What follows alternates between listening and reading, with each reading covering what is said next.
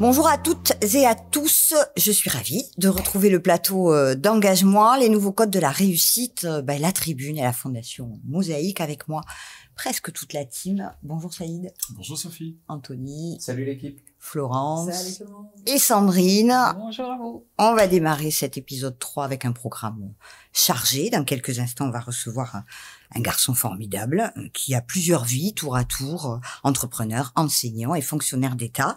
C'est le citoyen engagé qu'on va recevoir aujourd'hui dans cette émission. Fils d'émigrés marocains, il a lancé une initiative très remarquée sur Twitter en décidant de parcourir la France à la rencontre d'anonymes qui font la richesse de notre pays et puis en dressant leur portrait au gré de ces rencontres. Le philosophe Denis Maillard le définit comme un archiviste des vies décentes.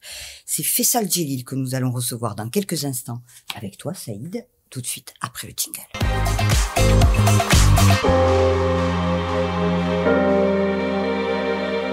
Bonjour Faisal Djelil. Bonjour Sophie. Merci infiniment d'avoir accepté notre invitation. Je vous remercie également de m'avoir sollicité et je prends votre sollicitation comme un honneur. Bien, super. On va vous laisser entre des mains d'experts, celle de Saïd, tout de suite pour l'interview. C'est parti. Bonjour Faisal. Bonjour Saïd. Moi j'adore le concept de rendre visibles les invisibles. Mais c'est quoi un invisible ? Un invisible, ce sont les invisibles, ce sont tous les gens qu'on voit, mais auxquels personne ne s'intéresse. Aujourd'hui, vous savez, quand on parle des situations professionnelles, quand on parle de modèles de jeunes, enfin des modèles des jeunes, la seule chose qu'on leur propose, c'est en effet soit des stars de football, des stars de sport, ou soit des gros chefs d'entreprise qui auraient fait fortune aux États-Unis ou je ne sais où, ou bien des youtubeurs chichement à Dubaï ou aux Émirats Arabes Unis. Et ça, je crois qu'on pervertit un petit peu le modèle de société qu'on veut créer. Parce que 80% du corps social français, c'est pas des Mbappé, c'est pas des Zidane, et sont encore moins des youtubeurs de l'autre côté. Et moi, je crois qu'il faut remettre un peu d'ordre dans tout ça. Il faut parler un peu de tous ces gens qui composent un peu le corps social français. Vous avez des femmes de ménage, vous avez des hôtes de caisse, vous avez des veilleurs de nuit, des fromagers, des crémières, des crémiers. Et moi, j'ai envie de montrer tous ces gens. Et cette idée, elle m'est apparue lorsque j'étais juste après le Covid. Vous savez, on parlait souvent du travail et souvent on avait un discours médiatique, parfois aussi politique, faut le dire aussi, en disant que les Français étaient des fainéants, qui profitaient également des aides sociales. Eh bien moi, j'ai décidé d'aller à la rencontre de ces Français, de ces citoyens. Parfois, il y a également des personnes issues d'immigration, parfois des gens qui ne sont pas français aussi, je préfère le dire aussi, parce que je ne trie pas ces gens. Et donc, je me suis rendu compte, non, les Français, c'est pas des fainéants, les Français, c'est pas des méchants profiteurs d'aide sociale. Et les Français font des efforts. Les Français, ils avancent, les Français tombent, se relèvent, changent, s'orientent, pivotent, et tout ça en silence. C'est super positif, quand même, comme message. Ouais. Mais alors, donc, vous allez partout en France, vous vous arrêtez au gré des rencontres, tac, vous voyez quelqu'un. Comment ça se passe? Alors c'est vrai que c'est une question, chère Sophie, qui revient souvent. Comment je fais? Oui. En fait, c'est pas plus compliqué que ça. Ce sont des gens que vous croisez sur votre chemin quand vous allez à la boucherie, quand vous allez à la boulangerie, quand vous allez au tabac, quand vous allez au café. C'est des gens que je vois à la caisse d'un supermarché. Ce sont des gens que je rencontre lorsque je suis assis sur un banc. C'est mon voisin, c'est ma voisine, c'est celui qui vient me ramener mon colis que j'ai chichement commandé à 4h du matin chez Amazon et que le lendemain à 8h j'ai... c'est des gens comme ça. Et puis j'ai un peu ce truc pour aborder les gens. Je sais, vous savez, moi je dis souvent que c'est l'histoire d'amour. C'est un regard, c'est une phrase d'accroche, et puis ensuite on tombe amoureux, quelques instants dans cette histoire, et les gens me font l'honneur d'accepter cette, j'appelle ça, c'est une forme d'entrée en effraction dans la vie des gens, et ils me font l'honneur d'accepter, et puis on échange sur le parcours, et ensuite je leur demande un selfie avec moi, ou je leur demande une petite vidéo, et puis ils acceptent. Donc je leur dis ce que je fais, hein. Je leur dis que c'est difficile. Ça réagit spontanément, les gens ils sont pas méfiants, sont demandeurs, sont contents, en fait, c'est une forme de reconnaissance. Je crois que lorsque vous interviewez des gens et vous leur demandez leur parcours, on n'a pas 10 occasions dans une année de parler de soi-même, mais concrètement et réellement, sans intention. Les seuls moments où on parle de soi, c'est lors d'un entretien. Et là, curriculum vitae, vous avez fait quoi? Et puis bon, mais sinon le parcours, non. Moi, j'ai eu des gens qui m'ont dit à la fin, Faisal, merci, je ne savais pas que je savais faire tout ça. Je vais pouvoir maintenant me présenter en entretien. Lorsque je présenterai mon CV, je présenterai exactement la façon comment vous l'avez fait. Certaines personnes m'ont demandé la vidéo pour la montrer à leur famille. Et j'ai des messages en disant, j'avais pas pris contact avec mes frères et sœurs depuis 5 ans, 8 ans, 10 ans. J'ai envoyé ma vidéo pour leur montrer ce que je devenais. Et ça, je trouve ça très bien. Et puis, vous savez, les gens, quand vous intéressez à eux, eh bien, les gens, ils vous le rendent bien. Et je crois aussi qu'en France, on est dans une crise un peu de reconnaissance. Les Français sont en manque de reconnaissance. Moi, il y a un chiffre qui vous interpelle. Qui m'interpelle, c'est en effet quand on prend le taux de prélèvement en France, qui est presque de 50%. Ça veut dire que 50% de ce qui est produit par nous tous ici et par des gens sont prélevés par l'État et les Français payent. Et ils ne disent rien et on les reconnaît jamais sur ça. Alors, on dit pas merci, c'est la fameuse feuille d'impôt où on dit pas merci beaucoup pour votre contribution. Mais exactement. Mais lorsqu'on parle que l'école est gratuite, elle n'est pas gratuite. C'est l'ensemble des citoyens sur le populaire français qui les financent. Et à quel moment on dit merci à tous ces gens? Bien sûr. On leur dit jamais merci. Et pourtant, ils payent l'impôt rubis sur l'ongle. Alors, moi, ce que j'entends, c'est une forme, finalement, d'empathie. Cette empathie permet, en fait, de faire sortir des éléments en matière d'aptitude, ce que vous disiez, le lien avec des éléments qui ne sont pas naturellement exprimés. Oui. C'est un impact, ensuite, selon vous, comment ça se joue dans l'accès à l'emploi ou l'entrepreneuriat? Je crois que, en tout cas, c'est un premier impact chez la personne qui est interviewée. Je trouve déjà ça très bien. Et ça, je trouve que c'est bien. Ça a un impact sur moi parce que j'apprends beaucoup de choses. Là, il y a des métiers, claviste, je ne savais pas ce que c'était, fontainiste, et puis d'autres métiers que je citerai pas, mais et ça me permet aussi d'apprendre sur moi-même. Et moi, ça me permet aussi, avant de parler des autres, de gagner en humilité et en pudeur. Vous savez, une fois, et ça me fait toujours un peu la chair de poule quand je la raconte, j'ai rencontré une technicienne de surface. C'est le mot technique pour dire femme de ménage. C'était dans une station essence, pour pas dire la marque, dans une autoroute. Et il y a 12 000 passages par jour aux toilettes. C'est une grosse station. Et là, je vois une technicienne de surface qui nettoie malheureusement les WC, et je lui dis, ça va, c'est pas trop dur. Parce que c'est un boulot un peu sale. Vous savez, moi, j'ai dit ça. Et elle m'a repris, elle me dit, monsieur, je vous permets pas. Et je lui dis, comment ça? Elle me dit, moi, je veux que les gens aillent aux toilettes comme s'ils étaient chez moi. Et elle donnait un sens à son métier. Ouais. Bien sûr. C'est intéressant. Bien sûr. Ouais. Ça casse les préjugés aussi, parce que ça permet de voir les gens sous un autre angle. Mais tout à fait. Tout à fait. Et je crois que en entreprise, parce qu'on parle aussi d'entreprise et recrutement, on s'intéresse pas à l'ambition que les gens se fixent au travail. Ouais. On parle toujours de, vous savez, une relation de producteur entre guillemets, à celui qui produit. Enfin, de producteur à patron, entre guillemets, enfin, en management, enfin, dans les grandes lignes. Mais on s'intéresse pas à l'ambition qu'on se donne tous les matins pour aller se lever le matin. C'est ça, moi, ça m'a toujours, moi, je vais vous dire un truc. Quelqu'un dans des métiers très pénibles, il se casse le dos, mais comment il fait pour se lever tous les matins à 8 heures pour être au travail, en prenant parfois à 2 heures les transports en commun, à 6 heures du matin de banlieue, qu'on soit à Paris ou qu'on soit à Lille, et venir travailler?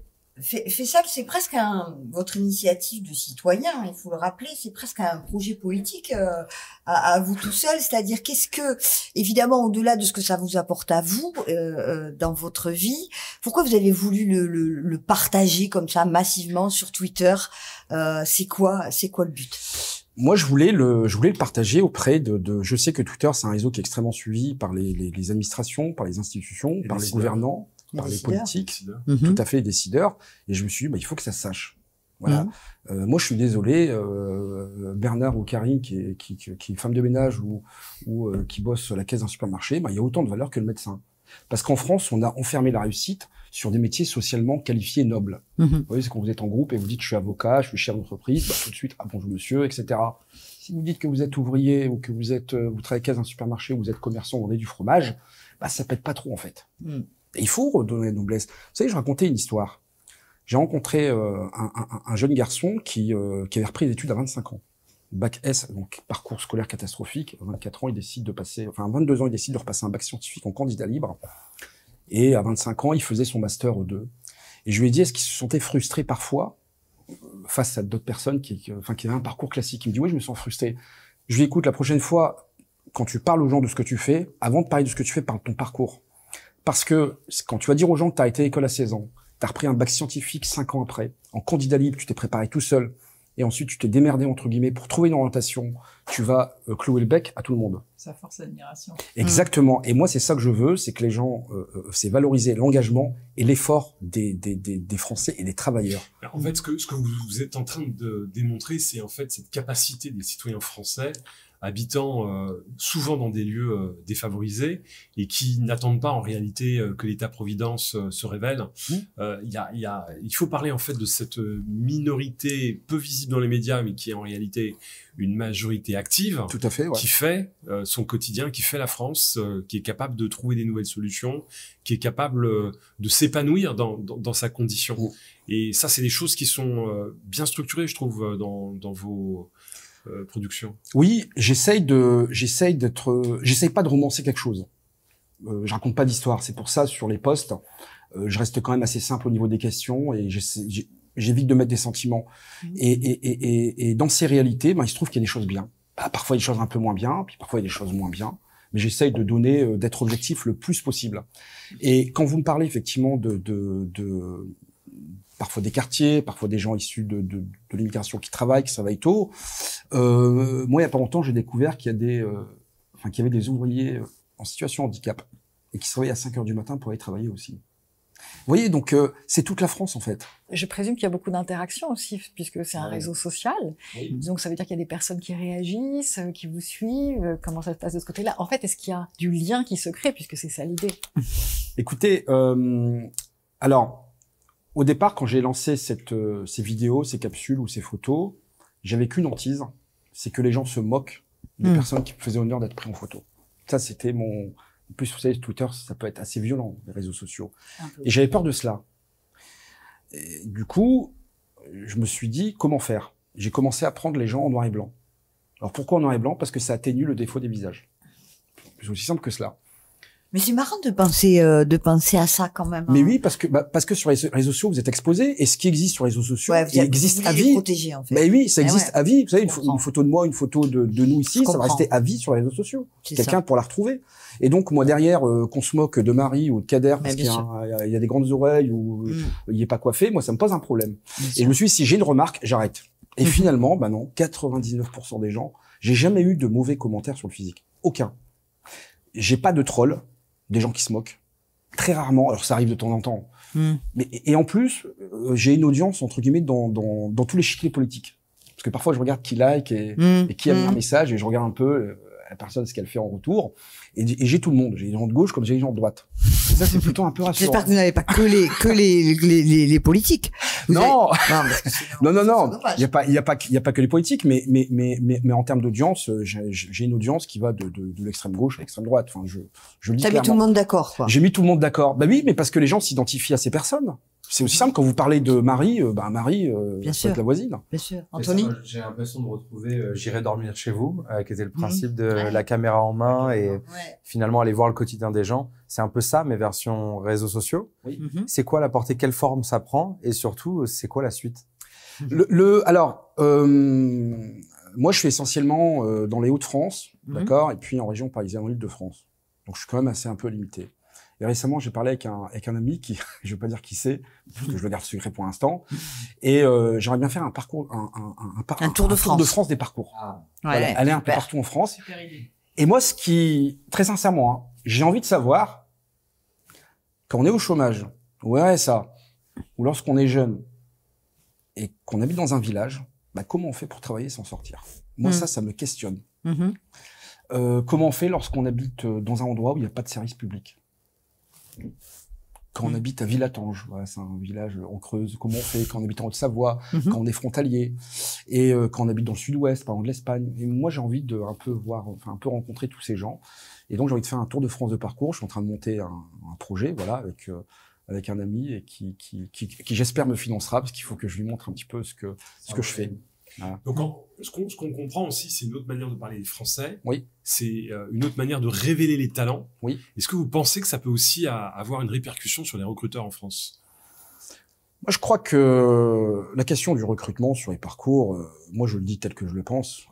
En France, on a un problème sur la culture du recrutement. Et oui, bien sûr. Ouais, Probablement l'outil même, c'est le CV. Exactement. Ouais. On a un problème sur le recrutement. Vous êtes un anti-CV finalement. Mais oui, et puis moi, je crois qu'on regarde tous ces parcours. Il y a des recruteurs qui, je pense, lorsqu'ils voient ces images, ils disent, j'aurais bien aimé recruter une personne comme ça. C'est le but, donc. Je crois. Allez C'est leur chercher les sens et le personnalités. regard. Mais moi, ce que je veux, c'est qu'on change le logiciel sur la personne. Lorsque vous avez un CV, c'est quoi? Un CV, on sait que c'est édulcoré. On le sait, on va pas se raconter de bêtises. Les gens essayent de correspondre le plus à la culture entreprise, et puis on va dans le site internet, puis on va regarder les valeurs de l'entreprise, puis on essaye de trouver un chemin. Il y a quelque chose qui sonne faux. Vous voyez? Mais ce qui est intéressant, c'est d'aller chercher au-delà du CV. La personnalité. La personnalité. Qu'est-ce qui fait qu'une personne a fait 50 expériences en 2 ans? Mais il y a bien quelque chose à aller chercher cette personne-là. Elle n'est pas que instable, parce que en France, c'est considéré comme l'instabilité. Et vous avez fait 10 métiers en 10 ans, c'est instable, il va rentrer dans la boîte, il va avoir des difficultés. Ah non. C'est une méthode finalement qui permet plus de diversité culturelle, diversité sociale. Bien sûr, diversité culturelle, diversité sociale, diversité des compétences, diversité dans un spectre très large, dans un champ hyper large. Ça va de la question liée à l'origine, comme de la question du handicap également. Et comment vous avez envie de parler d'immigration? Comment cet outil, cette méthode, elle permet de refaire du lien? Vous parlez beaucoup de cette notion de refaire nation ou faire nation. Le refaire nation, vous savez, aujourd'hui, notre société est un peu malade. On le voit sur le plan politique. Un peu beaucoup, non? Un peu beaucoup pour être voilà, un peu beaucoup malade.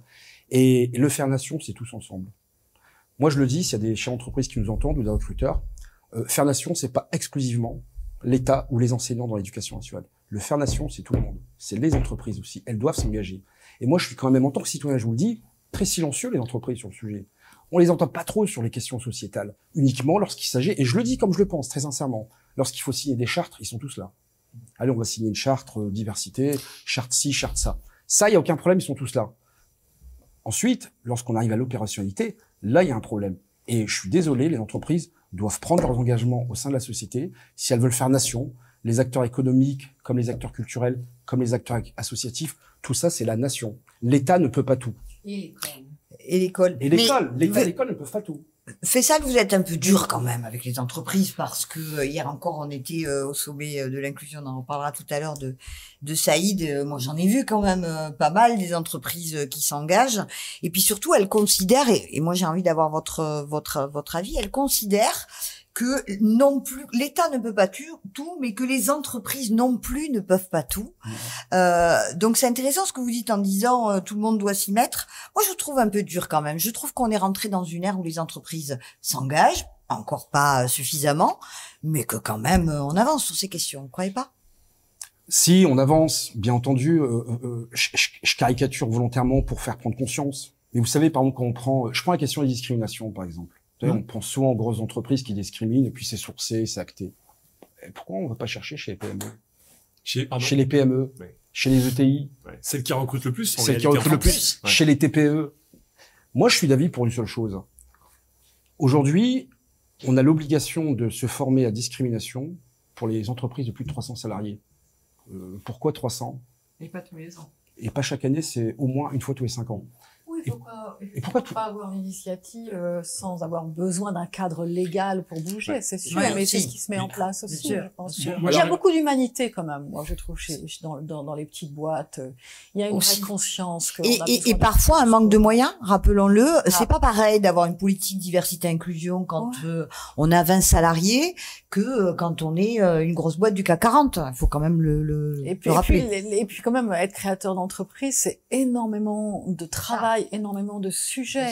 Donc, d'arriver à connecter les bonnes personnes, etc., il faut quand même que les personnes arrivent jusqu'à l'entreprise. Donc ça, c'est aussi le rôle des collectivités et de ce que vous faites. Bien sûr. C'est là où ça contribue, je pense, à améliorer les situations. Et c'est une des raisons pour laquelle, moi, concernant la question de la discrimination, moi, je suis d'avis déjà, d'une part, je comprends pas pourquoi on sort le chiffre 300.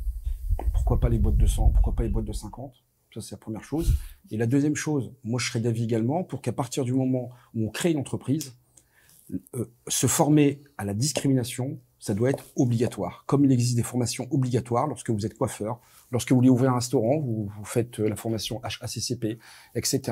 À partir du moment où on recrute, peu importe le nom d'entreprise, on doit être formé sur le sujet. Moi, je pense qu'en réalité, le vrai enjeu, c'est de déconstruire les préjugés. Et ce que vous faites permet, en fait, de révéler des talents, de démontrer, en fait, qu'on peut s'appeler Mamadou, Farida ou Mathilde, être dans un territoire défavorisé, avoir une vie pas facile et avoir énormément, en fait, d'aptitudes à proposer à la société, de prédispositions naturelles qui ont été développées par ces expériences. Et c'est ça que je trouve intéressant dans votre projet et c'est ça qui peut contribuer, justement, à changer le regard de ces petites, moyennes ou grandes entreprises. Tout à fait, ouais. Moi, j'essaie à mon niveau de faire bouger les choses.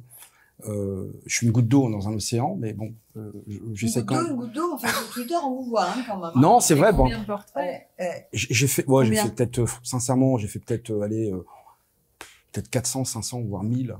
Super. Sincèrement, je fais Bravo. après le Covid, j'ai fait ça. Et je vous le dis, hein, tout le monde est capable de le faire. Il y a rien. En fait, voilà, moi je le dis pour parce que vous parliez de préjugés, je parle d'un préjugé.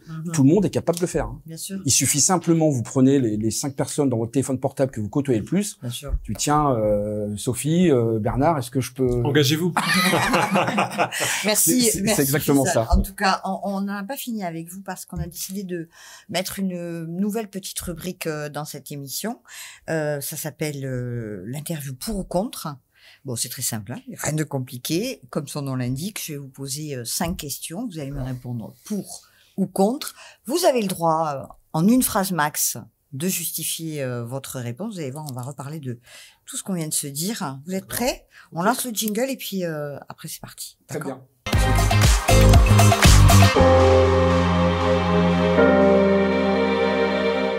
Faisal, vous êtes prêts? Oui. Ok, première question, c'est parti. Diversité, les quotas, pour ou contre? Contre. Vous pouvez expliquer en 2 secondes. Hein. Les quotas, ça nécessite de choisir. Si on veut des quotas de la diversité, ça veut dire qu'on va sélectionner des blancs et des noirs. Diversité ethnique, donc. Vous diversité êtes sur les ethnique, quotas exactement. ethniques. Exactement. Moi, je serais d'avis exclusivement sur les compétences. Ok, c'est clair. Féminisme, l'écriture inclusive, pour ou contre? Contre. Là aussi, vous voulez rajouter quelque chose? L'écriture inclusive, pourquoi pas, mais certains en ont fait une idéologie, sans compter les problèmes que ça peut poser pour les 10 en l'occurrence, qui ont des difficultés, ceux qui ont des difficultés à lire. Donc je suis contre, et puis en plus ça a été reprécisé par le président de la République. C'est l'enseignant qui parle. Ok, on passe à la 3. On passe à la 3. Je suis restée stoïque. Ouais, t'as pas bougé. Moi aussi. C'est dur. Non, mais c'est le principe, c'est le jeu, ma pauvre Lucette. Voilà. Non mais, franchement, on parle Ok. Non, mais c'est fait pour, hein. Discrimination, la généralisation du testing dans les grandes entreprises, pour ou contre? Je suis pour, mais ne pas le limiter aux grandes entreprises. Il faut limiter à toutes les entreprises. Je suis pas convaincu, dans les grandes entreprises, on discrimine peut-être plus que les PME ou les TPE. Je pense qu'il faut tester tout le monde.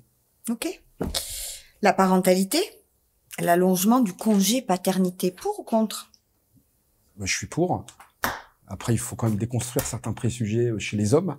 C'est pas parce qu'on reste à la maison, qu'on est inférieur à sa femme ou je ne sais quoi. Mais bon, mais sinon, je suis pour. Pour. Et enfin, le fameux CV, le CV à l'aveugle pour les recrutements, pour ou contre? Je suis pour. Ok. Voilà, il faut tout tester et trouver les bonnes formules qui fonctionnent. Ok, merci Faisal. Merci à vous, Sophie. La réussite test ou pas? Comment? En tout cas, il a dit ce qu'il avait envie de dire et c'est le but. C'est le but. Merci Faisal. Vous restez avec nous pour la prochaine rubrique. C'est la rubrique Génération Talent avec Anthony Papkin.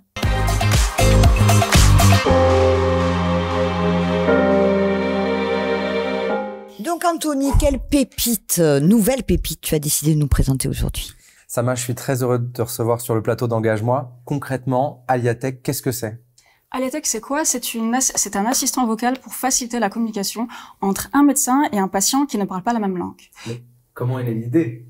Alors l'idée, elle est venue vraiment du terrain en fait. C'est que la plupart des praticiens, en fait, nous parlent de cette problématique de la barrière de la langue avec les patients qui ne parlent pas le français. Et donc, j'ai voulu mettre en place, grâce à mes compétences techniques, une solution qui permettait de soulager, en tout cas, cette problématique. Tu es ingénieur de formation, il me semble. Exactement. Concrètement, comment ça marche, ta technologie? Donc, derrière, c'est une intelligence artificielle. Donc, c'est ma spécialité en tant que data scientist, donc la conception de chatbots intelligents. C'est un assistant vocal. Le but, c'est qu'il comprenne l'intention derrière la question. Et c'est là qu'on se différencie d'un système de traduction classique. C'est que l'intention va être comprise, réinterprétée, reformulée, pour être sûr que c'est bien ça qu'on voulait dire, et derrière, interprétée au patient dans sa langue natale, en prenant en compte le contexte médical, bien sûr, mais aussi la culture du patient. Comment on peut pardon, avoir un exemple Bien sûr. Par exemple, on a un patient vietnamien. Le médecin, s'il lui pose la question, il lui dit « Est-ce que vous mangez salé ?» Il va sûrement dire non. S'il lui dit par contre « Est-ce que vous mangez de la sauce poisson ?» Oui, tous les jours. La sauce poisson, c'est super salé. Et si on pose pas les questions comme il faut par rapport à la culture justement du patient, on peut passer à côté de quelque chose. Et c'est là qu'on se différencie. Comment tu mobilises aujourd'hui l'intelligence artificielle dans ce que tu fais? Parce qu'il y a encore des craintes, il y a plein d'entrepreneurs qui savent pas encore l'utiliser ou des gens qui le redoutent. C'est quoi ton utilisation à toi? Alors, l'IA, faut vraiment voir ça comme un outil qui permet juste d'aller plus vite, de faire plus de choses. Et aujourd'hui, bon, vous connaissez tous ChatGPT, hein. Alors, ça, c'est une réelle révolution, mais c'est que le début. Il y a encore beaucoup de choses qui arrivent. Par contre, il faut vraiment pas en avoir peur, parce qu'il y a pas de raison. C'est un outil pour pouvoir faire des choses, et tant qu'on l'utilise dans le bien, en fait, on peut faire de grandes choses avec. C'est quoi l'ambition de ton projet dans les prochaines années, dans les prochains mois? Nos ambitions, déjà, c'est d'être présent dans tous les établissements de France pour que tous les praticiens puissent utiliser notre solution afin de pouvoir mieux comprendre les patients qui ne parlent pas le français. Ensuite, l'étranger aussi, donc aller sur le marché américain en particulier, et également, en fait, tout simplement. Non, je pense qu'on peut. C'est déjà tout ça. Et il me semble que là, on exclut. On a la sortie de ton application, en ce moment, aujourd'hui, pour ceux qui veulent la découvrir. Exactement. Donc, on va l'annoncer ce soir au Diversity Days. Yes. L'application est disponible maintenant sous forme de web app. On avait déjà l'application mobile en bêta test, donc c'est-à-dire avec des tests internes. Maintenant, vous pouvez vous connecter, aller sur le site, donc alia.tech/aliatalk, c'est le nom de l'application, et vous pouvez tester. Tout le monde peut tester l'application sans même avoir à télécharger l'application. Et qui paye? C'est le patient ou c'est le médecin? Alors, on veut que ce soit vraiment gratuit pour les patients. Pour nous, c'est important par rapport à cette possibilité à tous d'avoir accès à la santé. Ceux qui vont payer, c'est les établissements de santé aujourd'hui. Ce sont nos clients. Pour qu'ils proposent la solution à leurs patients, à leurs praticiens déjà, pour commencer. Leurs praticiens, ça va leur alléger la charge mentale, en fait. Et par rapport aux patients, le but, c'est leur proposer la meilleure prise en charge, en fait, possible. Et donc, aussi, pourquoi les établissements de soins? Il faut savoir qu'il y a une obligation de soins en France qui fait que, normalement, il devrait y avoir un interprète professionnel. L'interprète professionnel au téléphone, déjà, ça a un coût. Et c'est entre 25 et 30 euros pour 15 minutes au téléphone. Et encore faut-il que l'interprète soit disponible.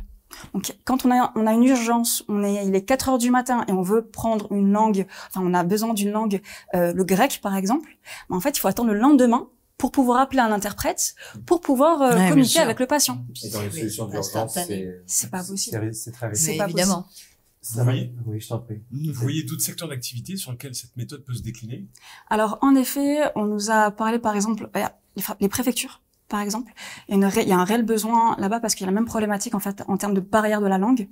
Alors dans la vision d'Aliatech, pour l'instant nous c'est vraiment la santé. On est vraiment focalisé sur la santé, mais il y a plein de domaines où on a un vocabulaire un peu spécifique qu'on souhaite vraiment analyser, mais de manière personnalisée, et c'est ce qu'on propose avec Aliatech. Donc en effet, il y a d'autres domaines où on pourrait proposer l'application.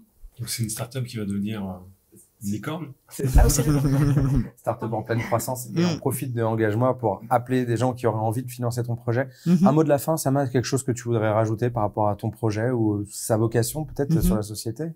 Alors, déjà, merci à tous. Vous pouvez nous suivre sur les réseaux sociaux, donc Alia Talk. Par rapport au nom, peut-être, je vais en rajouter un petit... Pourquoi Alia Talk? En fait, Alia, c'est un prénom en arabe qui veut dire haut élevé. Et en fait, ça fait Alia Talk, haute technologie.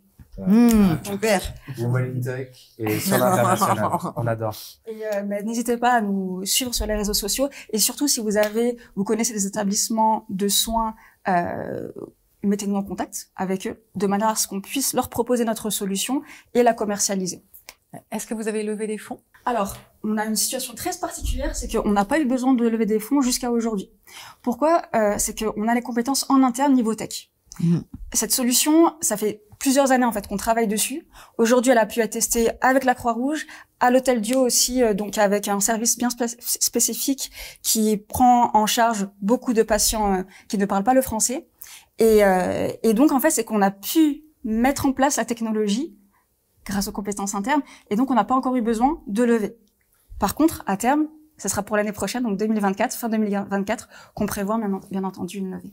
L'avantage d'être ingénieur de formation et par ailleurs de se dire que tu as fait ça toi-même aussi et avec tes équipes. On te souhaite énormément de réussite dans ton projet. Ouais, bravo. Et j'espère que les investisseurs vont regarder Engage-moi pour s'engager à leur tour dans ton projet. Merci. Et bravo Merci. aussi Merci. parce que l'entrepreneuriat féminin, Merci. c'est un engagement de l'émission Ouais. à soutenir. Faisal, est-ce que Sama pourrait faire partie de votre panel de personnalités incroyables, quoi? Alors écoutez, je vais vous faire une confidence. J'ai déjà fait son parcours. Ah bon, d'accord, alors parfait. Donc vous saisissez toutes les occasions, en fait. Voilà, dès que je vois une opportunité, voilà, donc je vais vers la personne et puis je l'interroge et elle sait que ça sera diffusé sur les réseaux sociaux. Ouais. N'est-ce pas, Sama? Oui, bien sûr. Voilà. Ça s'est bien passé? Super bien, c'était tranquille, à l'aise, à l'impro, mais complet, Ouais. mais à l'aise. Allez, super. Moi, j'ai une question. Je peux poser une question à Sama? Évidemment, vous pouvez. Alors Sama, bravo pour cette start-up, pour cette entreprise, pour vos engagements. Moi, j'ai une question, c'est que quel sens personnel vous donnez à votre projet? C'est toujours quelque chose qui nous pousse. Alors, mes grands-parents sont tunisiens et en effet, eux, lorsqu'ils vont chez le médecin, ils sont toujours accompagnés par quelqu'un de la famille. Et ça, c'est quelque chose c'est quelque chose que j'ai vu depuis que je suis toute petite en fait. Et aussi, durant mon parcours d'ingénieur, j'ai pu voir cette situation arriver de mes propres yeux. Et donc là, c'est côté patient, mais le côté praticien aussi. Beaucoup de praticiens m'ont parlé de cette problématique-là. Véritablement, on pourrait même dire que 100% des praticiens ont déjà vu au moins un patient minimum, un patient qui parle pas le français, ça c'est clair et net. Donc il y a un réel besoin de solution. Donc ça part du contexte familial. Ouais, des grands-parents. Voilà, Ouais, Il y a toujours ce petit.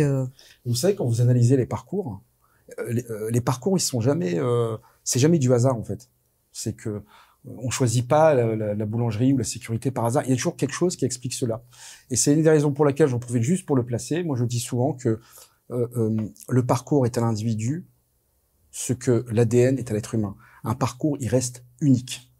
On peut trouver des similitudes de parcours, comme on peut ressembler à quelqu'un, mais le parcours, il reste unique. Et c'est ça que je voulais chercher, c'est la question familiale et les traditions. Merci, Sama. Merci à tous les deux. Merci. Sama, vous restez avec nous. Faisal, on va vous libérer, continuer à nous inonder de vos portraits fantastiques sur Merci. Twitter. On va pas vous lâcher. Merci. On vous souhaite une bonne continuation. Encore merci. Il a un vrai talent de recruteur, hein. On va l'embaucher Ouais, chez on les va DKH. l'embaucher aussi. Ah, ça y est. Non, mais, Allez, à tout de suite. On se retrouve tout de suite.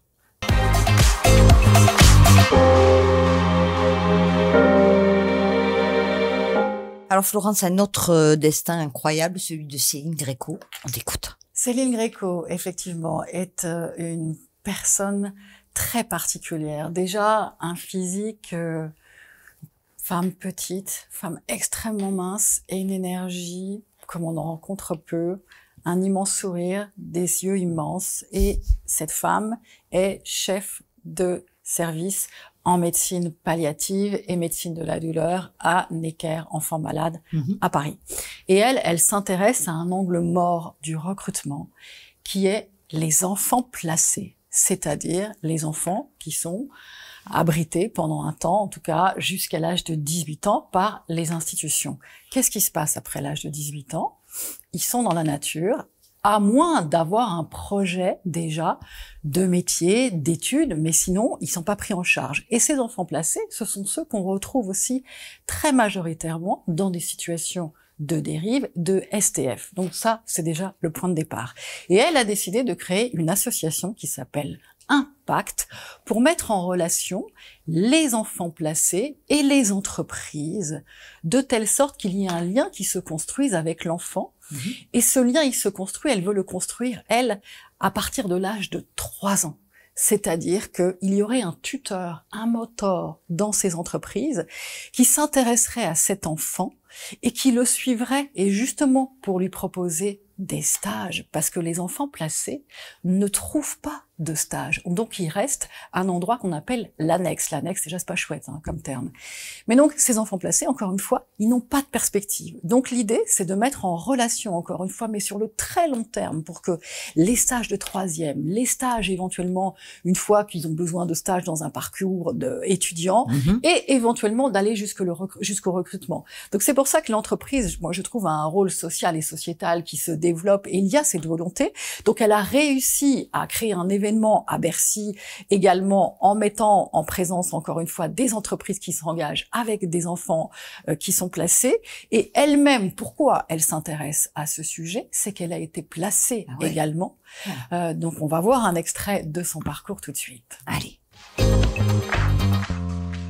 Si j'avais pas été placée, on serait pas en train de discuter. On serait pas en train de discuter parce que je serais morte.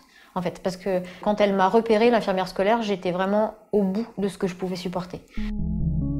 Je suis le professeur Céline Gréco, je suis la chef du service de médecine de la douleur et de médecine palliative de l'hôpital Necker Enfants Malades à Paris, et je suis présidente de l'association Impact. Il a fallu vraiment que moi-même je donne des signaux d'alerte en arrêtant de manger, tout simplement. Donc j'ai perdu énormément de poids, et quand je suis arrivée en seconde, je faisais 31 kilos, et c'est cet état qui a alerté l'infirmière scolaire. J'ai malheureusement rencontré personne jusqu'à l'âge de 14 ans qui soit attentif à ma situation, probablement parce que je venais d'un milieu favorisé et que malheureusement aujourd'hui encore en 2023, on s'imagine que les violences, c'est dans les milieux défavorisés. Et donc jamais personne s'est posé de questions sur ce qui pouvait se passer chez nous. Je me considérais toujours un peu comme une serpillière, le truc moche que tu prends, tu te sers, tu jettes quand on n'a plus besoin. Voilà. Je me considérais moi-même comme ça. Et le fait d'avoir été placée, ça m'a permis de me battre aussi pour continuer à aller au lycée, parce que bon, j'étais quand même placée à 2 départements de mon lycée, donc je me levais le matin à 4h30, je prenais le premier train à Choisy-le-Roi à 5h25. Il fallait de la volonté pour passer mon bac de français, puis le bac, et réussir médecine. Donc voilà, ça m'a permis de devenir moi, en fait. Et donc, je vous pose la question à tous. Quelle est, selon vous, quand on pose la question à un enfant placé de ce qu'il veut devenir plus tard, qu'est-ce que tu veux faire dans la vie plus tard? La réponse, c'est éducateur. C'est-à-dire que, puisqu'ils ont, effectivement, comme référent, comme rôle modèle, comme perspective autour d'eux, simplement des éducateurs, et quand je dis simplement, c'est pas réducteur, c'est pour dire que c'est leur univers. Donc, le premier réflexe, c'est de dire éducateur. Et en créant donc cette association Impact, elle permet encore une fois de dessiner un avenir et de dire à ses enfants, vous avez de la valeur. Et parallèlement, parce que elle connaît la situation, et bien parallèlement, elle crée des unités mobiles qui vont aussi suivre la santé de ses enfants. Pourquoi? Parce que ils n'ont pas de suivi santé. Les enfants qui ne sont pas placés, les parents les emmènent chez le médecin, chez le dentiste, chez le truc, etc. Là, c'est pas le cas du tout. Donc, ils sont à la fois très isolés, très abandonnés. Déjà une première fois abandonnés, déjà une deuxième fois sur le plan, encore une fois, de la culture, de l'éducation, et troisième plan sur le plan de la santé, purement. Et elle couvre donc l'ensemble de ces champs avec cette association Impact. Et c'est un projet absolument puissant, je trouve. Mais ça paraît dingue ce que tu dis, c'est-à-dire cet abandon de la société par rapport à ses enfants. Il faut que ce soit Céline qui crée cette application. Comment c'est possible ça? Surtout, on parle pas beaucoup de ce sujet. Mais voilà, c'est un sujet qui est extrêmement important. Et quand je vous dis, quand je la décris physiquement, ce que je ne fais quasiment pas, c'est parce que c'est étonnant de voir une telle volonté, une telle énergie. C'est chez un personnage qui, encore une fois, a énormément souffert. Elle dit, ce qui m'a sauvée, c'est d'avoir l'idée quand même que je voulais soigner les autres. Et lorsqu'elle est placée par décision de justice à 2 départements de son école. Ça veut dire lever 5h30 tous les jours. Ça veut dire 2h30 de trajet à l'aller et 2h30 au retour. Ça veut dire qu'en tant qu'étudiante, elle fera médecine dans les mêmes circonstances. Et elle dit, j'ai été placée ça m'a sauvée parce que j'ai été extrait de ce cercle familial qui était extrêmement toxique pour moi. En revanche, je pesais 31 kilos lorsque j'ai été placée et je pesais toujours 31 kilos lorsque j'en suis sortie. C'est-à-dire que la prise en charge médicale n'a pas existé, ainsi que la prise en charge du devenir. Ok, on accompagne, ok, jusqu'à 18 ans, mais que se passe-t-il après? Et comment on crée effectivement, comment on les aide à se construire et à construire un avenir. Et ça, c'est effectivement l'objet de cette association Impact. Donc, j'invite tout le monde à se renseigner sur les réseaux sociaux, en tout cas sur LinkedIn, vous la trouverez, Impact, Céline Gréco. Il y a beaucoup à faire et c'est plein de sens. Et puis, de quoi elle a besoin pour continuer à se développer? Elle a besoin, parce qu'il y a ces deux volets, encore une fois, il y a la santé, et ça c'est pris aussi en charge avec le ministère de la Santé, mais que les entreprises s'engagent à suivre ces enfants sur le long terme. Pourquoi? Parce qu'on le sait aussi, quand il n'y a pas de culture, d'accès à la culture, eh bien, il n'y a pas de projection, parce que c'est les livres, parce que c'est les expos, parce que c'est etc. Donc, à chaque fois que ce sont des fonds, ça permet d'avoir une personne qui va aussi prendre en charge ses enfants, mais encore une fois, sur le très long terme. L'idée, c'est pas de les larguer, on fait une expo avec toi, etc., et au revoir. Non, c'est d'accompagner l'enfant, encore une fois, depuis l'âge de 3 ans jusqu'à l'âge de 25 ans. Donc, je trouve que c'est un projet très, très puissant. Merci Florence, et puis pour voir l'intégralité du portrait que tu as fait de Céline, eh ben Visible Média évidemment. Merci beaucoup. Il est temps de passer aux bonnes initiatives, aux bonnes pratiques avec Sandrine Charpentier, tout de suite après le jingle.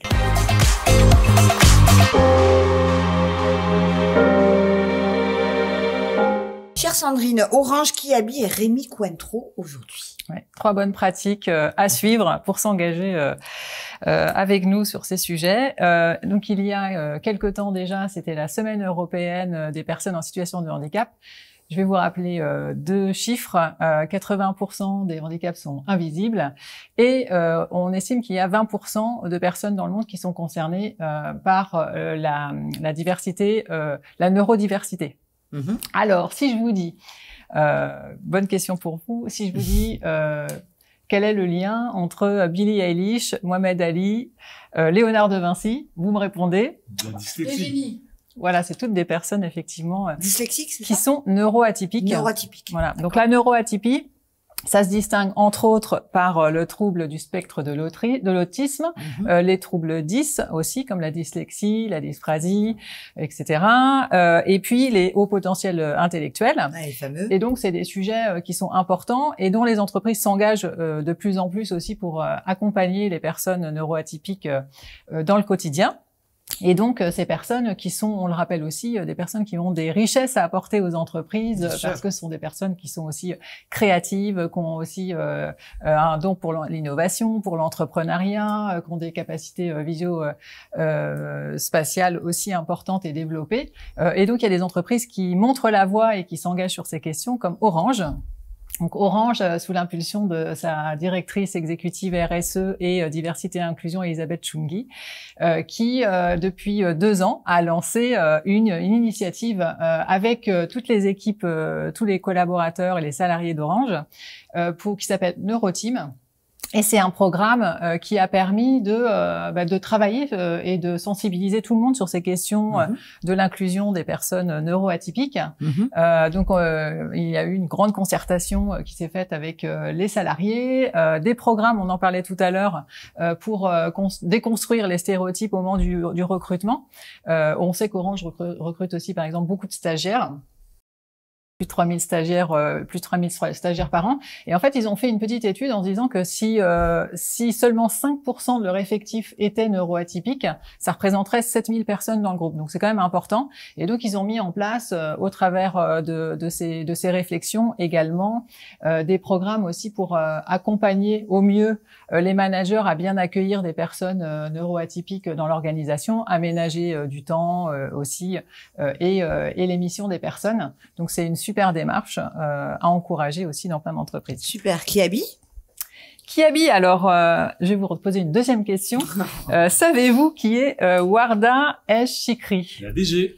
Eh oui, Saïd. Warda El-Chikri a 35 ans et elle est passée, tenez-vous bien, d'alternante à DG France de Kiabi. Donc, Saïd Bien Warda? sûr. Alors, elle est en train de prendre son poste, donc c'est un peu tôt pour elle, mais... On va l'inviter, on va l'inviter. Il faut l'inviter. Il faut. Donc Warda, elle est issue d'un milieu modeste.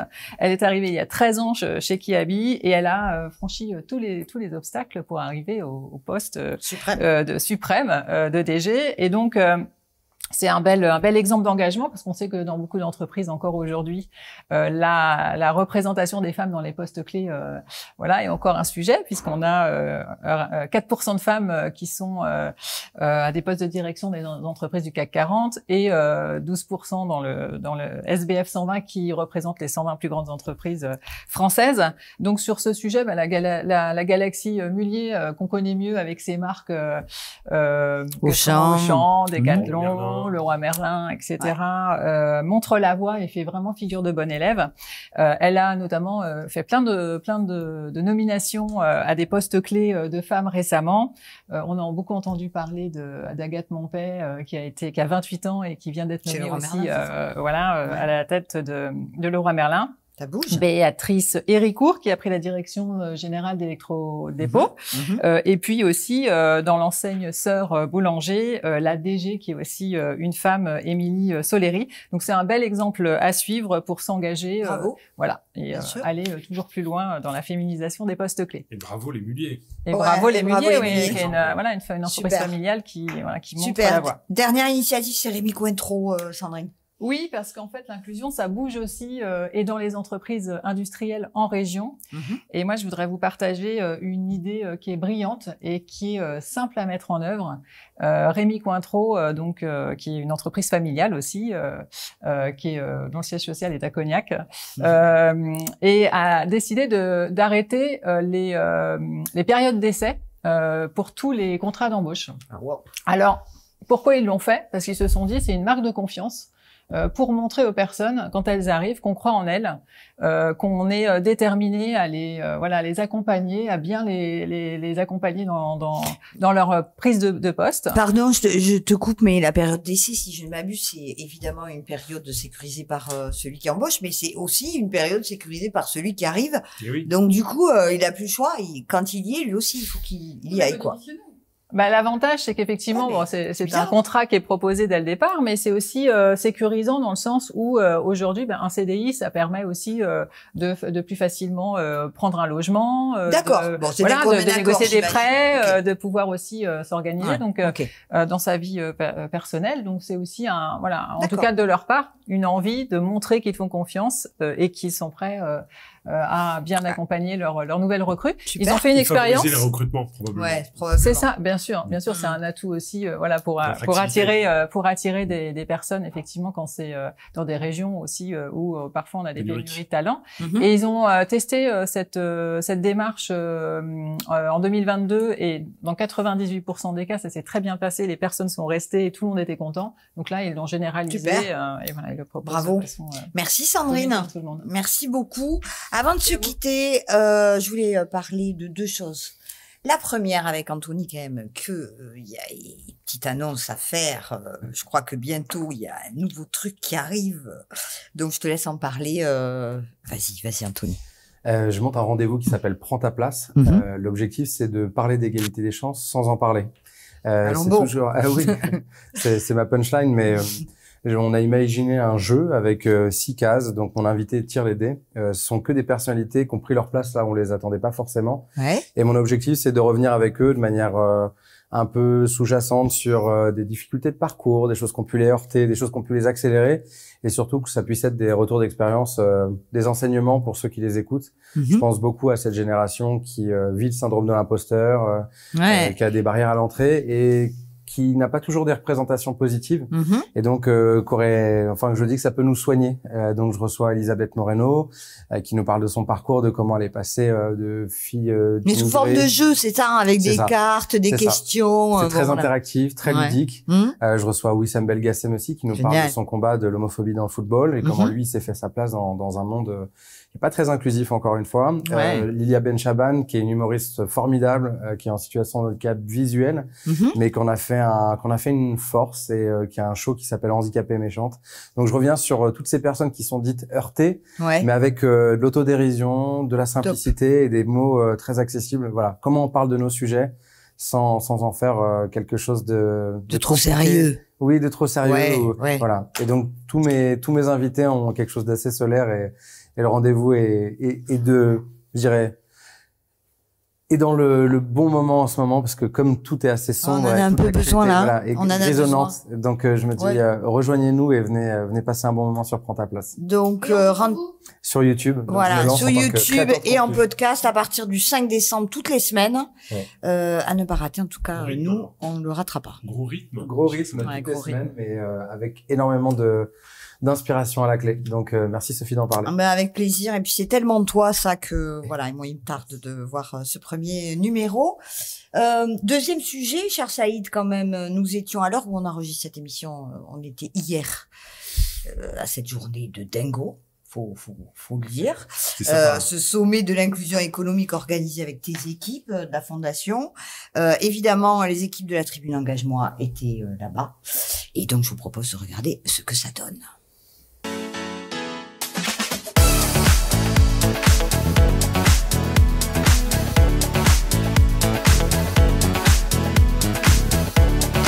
Je suis content de voir autant de monde présent pour un événement aussi important. Ça nous montre que la France est vraiment sur le chemin de la diversité et de l'inclusion.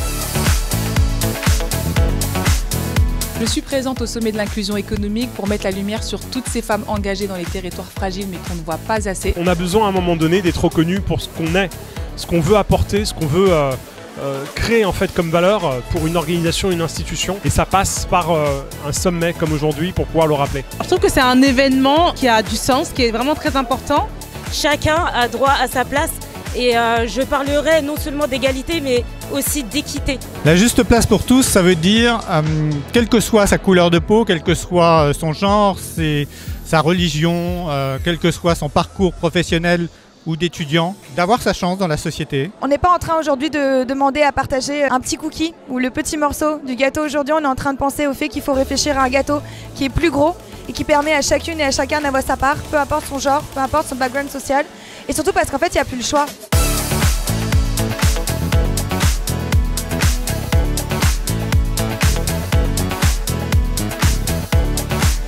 Ce sommet de l'inclusion 2023, c'est un immanquable sur les enjeux d'égalité des chances, de lutte contre les discriminations, d'insertion professionnelle. Ô combien c'est une richesse d'avoir des profils divers et variés au sein de l'environnement pour pouvoir tous se tirer vers le haut. La juste place, c'est celle qu'on se donne à nous-mêmes. Et donc il faut qu'on l'assume. Si on mérite une place, il faut qu'on aille la chercher. Merci beaucoup la Tribune et restez connectés.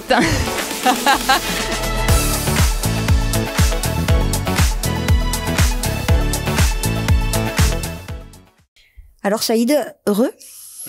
C'était une magnifique journée. Beaucoup de bonheur d'abord, alors qu'on parle d'économie, on parle de discrimination, on parle d'inégalité, et surtout beaucoup de bonheur parce que on fait émerger des solutions. On a des engagements qui sont pris de la part de dirigeants de haut niveau. On a eu plus de 10 000 postes en fait qui ont été révélés ce jour-là. On voit aussi que le poste d'emploi, d'accès aux stages. On a fait un appel sur les stages de 3e, l'engagement sur le mentorat. Donc c'est l'ensemble de ces solutions qui permettent de faire émerger des jeunes qui ont moins de chance que les autres, parce que c'est ça dont on parle. Et puis surtout, en fait, ce qui est magnifique, c'est aussi cette prise de conscience sur l'entrepreneuriat, parce qu'on le voit tout à l'heure avec le projet de Soumia, l'idée avec le projet de... Avec le projet, on le voit tout à l'heure, on l'a vu tout à l'heure avec le projet de Sama. Il y a aussi une grosse capacité à entreprendre, à monter des projets, et derrière l'accès au financement n'est pas aisé. La capacité aussi de convaincre un banquier, de convaincre un investisseur, c'est quand même pas inné. La capacité aussi d'aller chercher des marchés avec des grands groupes, c'est pas naturel. Et donc on a eu des directeurs des achats qui se sont mobilisés, qui ont passé 2h30 à rencontrer 50 entrepreneurs. Donc on a développé le network, on a développé ce qu'on appelle le small business Act. Ouais, et ça, c'était magnifique. Et puis surtout, en fait, des médias qui ont été au rendez-vous. Donc, on a eu beaucoup de reprises dans la presse.